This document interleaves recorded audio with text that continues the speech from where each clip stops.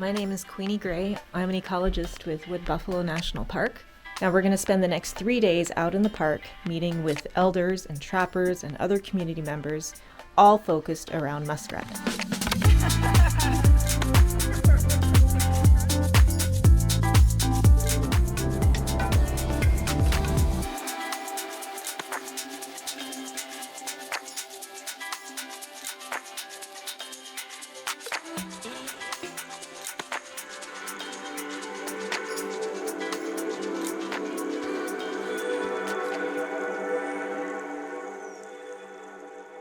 The Peace-Athabasca Delta is known as great muskrat habitat because it's a network of large, open water that muskrats love because it's full of the right vegetation for them.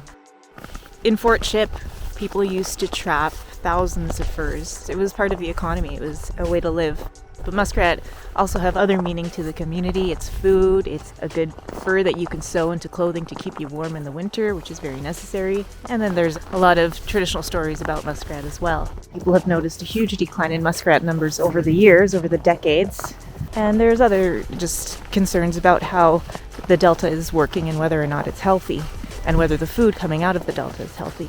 And so in 2011, Parks Canada started meeting with community members and had workshops and talked about what they wanted to do.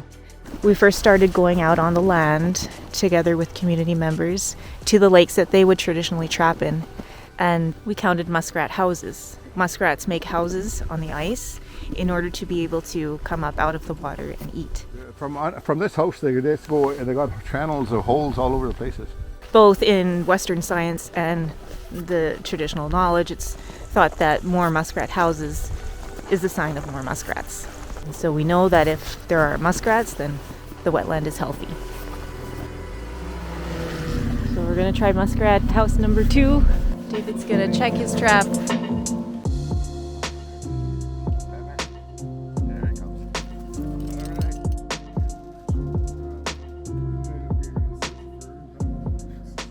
So the Muskrat Camp is a partnership with community-based monitoring programs in Fort Ship, as well as Parks Canada. So here is Bruce McLean. These camps are really important because you're getting the knowledge of the elders and the active land users coming together. We're surrounding that with some science to answer questions about the health of the Delta.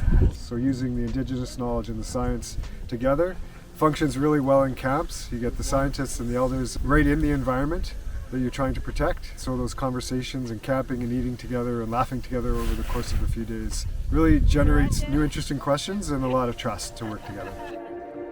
One of the key things that we're trying to get at in this camp is to figure out through these conversations how we can assess muskrat health from an Indigenous perspective.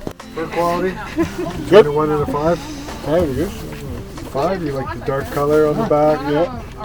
It's nice and heavy. Yeah. The guard hairs maybe aren't as long.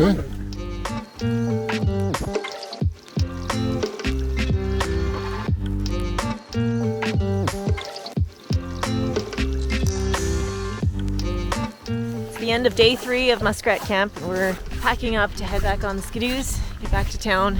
It was a really good 3 days. It was really good to make the connections that we did and have youth and elders gather and get some really good information about muskrat health and the importance of muskrat in the Delta.